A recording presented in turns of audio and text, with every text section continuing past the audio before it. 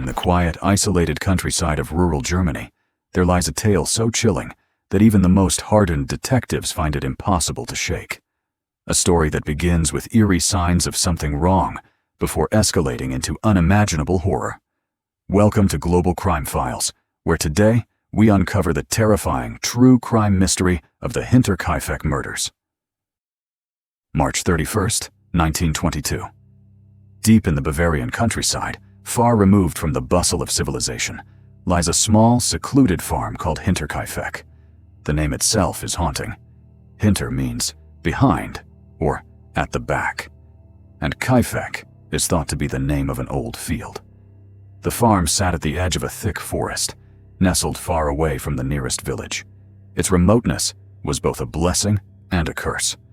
On the one hand, it offered the Gruber family peace and privacy, away from the eyes of society. On the other, it isolated them, making it difficult for help to reach them in times of need.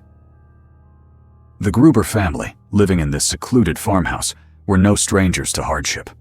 The family's patriarch, Andreas Gruber, a 63-year-old farmer, had spent his life working the land.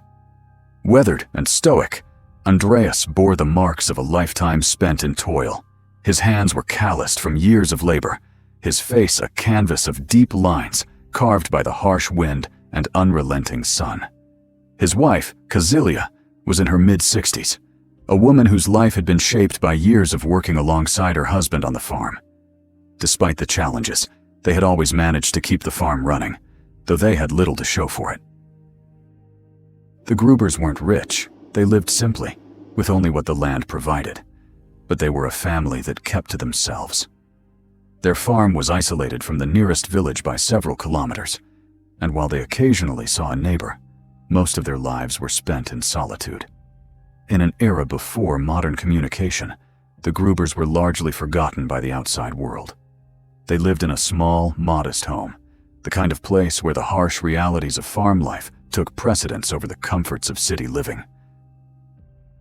At the center of this small, insular family was their daughter, Victoria. A woman in her 30s, she had led a difficult life of her own.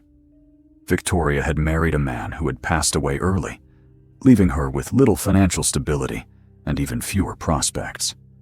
She returned home to live with her aging parents, bringing along her 2 children, Tazilia, a 7-year-old girl, and her 2-year-old brother, Joseph. The decision to move back to the family farm had been one of necessity. Without a husband or a means of supporting herself, Victoria had little choice but to rely on her parents for help. Though the Gruber family had endured personal tragedies, they had a sense of stability. Victoria's children, Cecilia and Joseph, had been living in relative peace, surrounded by the slow rhythms of farm life. Yet, this tranquility was about to be shattered. Little did they know, the very farm that provided them with food and shelter would soon become the site of a massacre so horrific that it would haunt the region for decades to come. But before we delve into the night of the murders, it's important to understand the unusual nature of the Gruber family's life. While they may have been isolated, they weren't entirely reclusive. They maintained a modest relationship with their neighbors, although it was not one of great closeness. The surrounding villages were small and close-knit, and rumors and whispers often spread faster than facts. And yet, no one could have predicted what would happen in the final days leading up to the massacre. Days before the murders, Andreas Gruber began to report strange occurrences on the farm. It all started with the attic, a place where no one had ventured for years. Andreas heard strange noises coming from above, as if someone was moving around in the attic. But when he investigated, he found nothing out of the ordinary. The attic was old and dusty, a forgotten space filled with the remnants of the farm's past. There was nothing there, or at least that's what he thought. Then there were the footprints. In the fresh snow, Andreas discovered a set of strange tracks leading from the woods toward the farmhouse. But there was something unusual about them. They were not the tracks of an animal, nor were they familiar to him. They appeared out of nowhere, leading right to the doorstep of the Gruber family's home. And, just as mysteriously as they appeared, the tracks ended at the house, as though the person who made them had vanished. These strange occurrences, though unsettling, didn't raise much alarm at first. Andreas mentioned it briefly to a neighbor, but no one took him seriously. After all, the family was far from the bustling world of the village, and strange things could easily be explained away as figments of an overactive imagination. But as the days went on, Andreas grew more paranoid. The noises in the attic persisted, and he couldn't shake the feeling that someone was watching him. Someone who was no stranger to the Gruber farm. But despite his growing unease, Andreas Gruber remained silent, not wishing to cause alarm or appear weak. Little did he know, the danger wasn't just outside his house, it was already inside. The chilling truth was that the Gruber family was already being stalked. The person who had been making these strange noises, the figure who had left those footprints, was closer than anyone could have imagined. They were already there, in the very walls of the farmhouse, waiting for the right moment to strike. The murders were filled with growing unease. Though the Gruber family had always lived in solitude, the isolation that had once been a source of comfort had now become a source of anxiety. Andreas Gruber, the head of the family, was an experienced farmer, but even he couldn't shake the feeling that something was wrong. His fears, once dismissed as the musings of an aging man, were becoming harder to ignore. As Andreas sat by the fire at night, the crackling of the logs was often drowned out by the strange noises coming from the attic. It wasn't just the occasional creak of floorboards or the rustle of old furniture. It sounded like someone was moving around, deliberately, as if they were trying to hide or avoid being seen. The noises were strange and unsettling, and at first, Andreas assumed it was just an animal. Maybe a raccoon or some other creature had found its way inside. But he quickly dismissed that theory, thinking there was no way an animal could create such deliberate sounds. After hearing the noises for several nights in a row, Andreas grew increasingly paranoid. He ventured up to the attic to investigate, but found nothing. No animals, no intruder, just the same dust and debris that had accumulated over the years. And yet, the sounds continued. He couldn't shake the feeling that someone, or something, was up there. Someone who was hiding in the shadows of his own home. It was around this time that Andreas noticed something even stranger. He found footprints in the fresh snow outside his farmhouse. Footprints that led from the woods directly to his front door. And even more puzzling, these footprints appeared to be fresh, as if someone had walked through the night just hours before. But they weren't his own footprints, nor were they the footprints of his wife, daughter, or grandchildren. The tracks appeared to come from nowhere and led to his doorstep, but they didn't continue past the house. They stopped, and it was as if the person who made them had disappeared into thin air. Andreas was unsettled. He had lived on this farm for decades, and he knew the woods and the surrounding area like the back of his hand. Yet, he could not make sense of these footprints. Who could have left them? And more disturbingly, who had been in his attic? Was it just his imagination playing tricks on him, or was there something far darker at work? These unsettling occurrences were becoming more frequent, and Andreas couldn't shake the feeling that someone, or something, was watching him. He spoke briefly about the strange happenings to a neighbor, but his words were met with skepticism. The neighbors had always thought of the Grubers as a quiet, somewhat odd family. But no one took Andreas's growing paranoia seriously. They chalked it up to old age, to the mind playing tricks. But for Andreas, this was no ordinary case of age-induced paranoia. He had lived on the farm for years and had never felt such fear. At this point, Andreas was unsure who to trust. The isolated life he had lived had begun to feel more like a curse than a blessing. He had always been self-reliant, but now, the very land he had worked for years seemed to be turning against him. And still, no one took him seriously. His family, while supportive, had no explanation for his fears. His daughter, Victoria, was caught up in her own struggles, dealing with the difficulties of raising two young children and surviving without her late husband. As for the children, they were too young to understand the changes in the atmosphere of the house. They were blissfully unaware of the danger creeping closer every day. Despite the strange events, life on the farm continued. The days blended into one another, and the family tried to carry on with their daily routines. But something had changed in the air. The Grubers' once peaceful existence had become haunted by an unseen presence. And little did they know, their isolated existence was about to come to a devastating and horrific end. March 31st, 1922. It started as just another cold, quiet night on the Gruber farm. The family settled in for a night's rest, the familiar sounds of the wind outside and the crackling fire inside providing a strange sense of comfort. But in the shadows of their home, a different kind of darkness was waiting. The night would unfold into something far worse than anyone could have imagined. The killer, silent and methodical, moved through the house like a ghost. First, Andreas Gruber was struck in his bed. His skull was cleaved open by a heavy axe, his life taken instantly by the blow. But this wasn't a simple, spur-of-the-moment attack. This was deliberate, calculated. A life ended without warning, in the dead of night. Next, Kazilia, Andreas' wife, was murdered in her sleep. The axe fell swiftly, her life extinguished without a sound. The killer moved with grim efficiency, his actions so swift and methodical that there was no time for the family to react. The attack was calculated, almost professional. It was as though the killer knew exactly what he was doing. Then, Victoria, the 35-year-old daughter, was killed. She too was struck by the same axe that had claimed her parents. But the horror didn't stop there. The killer moved from room to room, systematically slaying each member of the family. Kazilia, the 7-year-old girl, and little Joseph, only 2 years old, were next. The killer showed no mercy. The young children were murdered in the same cold, brutal manner as their elders, their tiny bodies left lifeless in the same room as their family. Lastly, the maid, Maria Baumgartner, who had only just begun working for the Grubers, met the same fate.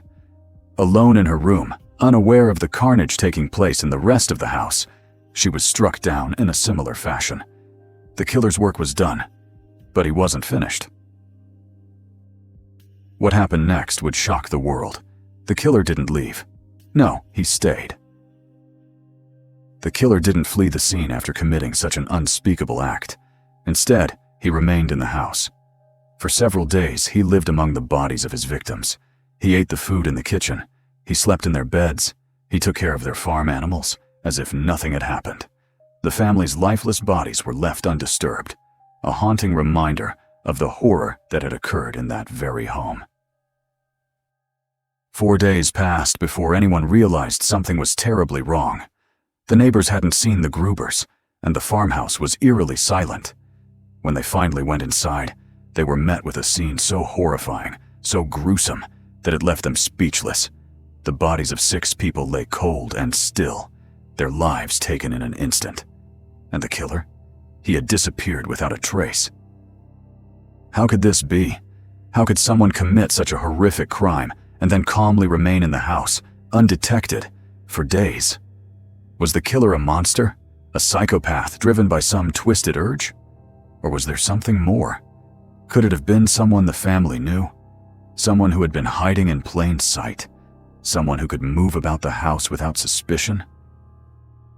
When the bodies were discovered, the small, quiet town of Hinterkaifeck was thrown into utter shock. For days, the Grubers had been out of sight, and not a single soul in the village had thought to investigate.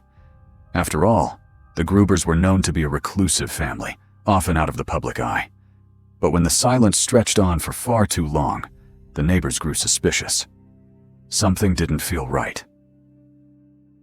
On April 4th, 1922, 4 days after the gruesome murders, a local farmer, realizing he had not seen the Grubers in days, decided to pay them a visit.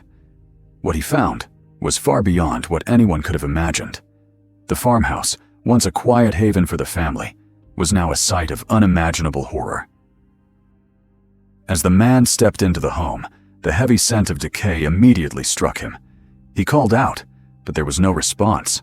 The silence in the house was suffocating, unnerving. He made his way through the dark rooms, the floorboards creaking underfoot. It wasn't until he reached the family's bedroom that he saw the gruesome sight. 6 bodies: Andreas, Kazilia, Victoria, Kazilia, Josef, and Maria, all lifeless, lying in pools of blood. The scene was almost too much for him to comprehend. The bodies had been scattered throughout the house. Some had been left in their beds, others in different rooms. The killer had shown no mercy, no hesitation. He had methodically moved from one person to the next, each death more horrific than the last.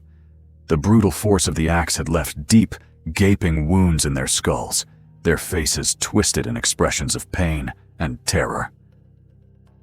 What was most disturbing was the fact that the killer had remained in the house for days after the murders.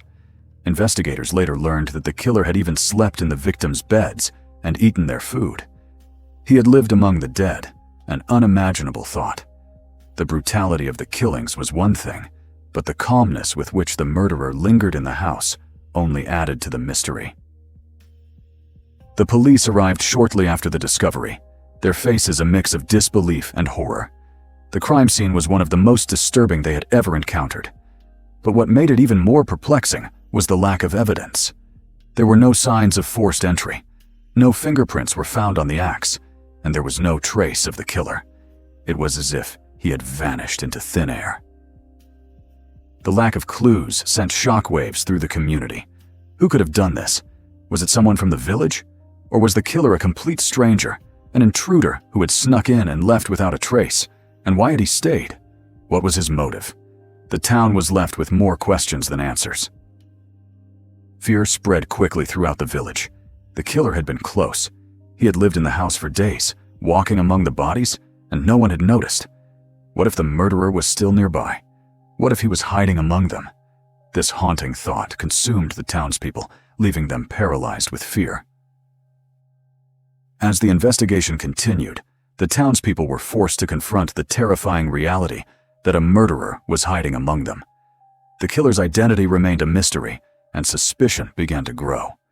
Who could be capable of such a violent, calculated act? Could the killer still be in their midst? Despite an extensive investigation, the killer's identity remained elusive. The police initially focused on local suspects, people who might have had a motive to harm the Grubers. But the more they dug, the more the case seemed to spiral into confusion and uncertainty.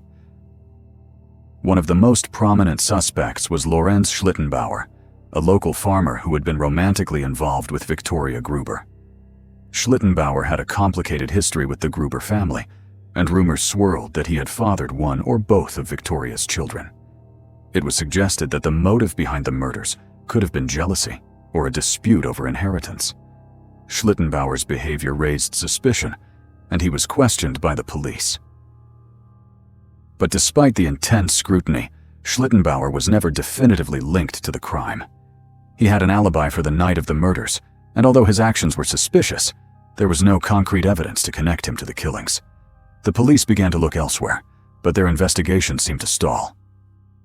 Another theory emerged, that the killer could have been someone else entirely. Some believed the murderer was an outsider, a stranger who had been hiding in the attic for weeks, perhaps even months, before committing the murders. This theory was supported by reports of strange activity around the farmhouse, like the faint sound of footsteps and whispers coming from the attic in the days leading up to the crime. But how could someone live in the attic without being noticed? And why didn't the family ever see or hear him? Some suggested that the killer might have been someone the Grubers trusted, a former servant or a close family friend who had a deep, hidden grudge.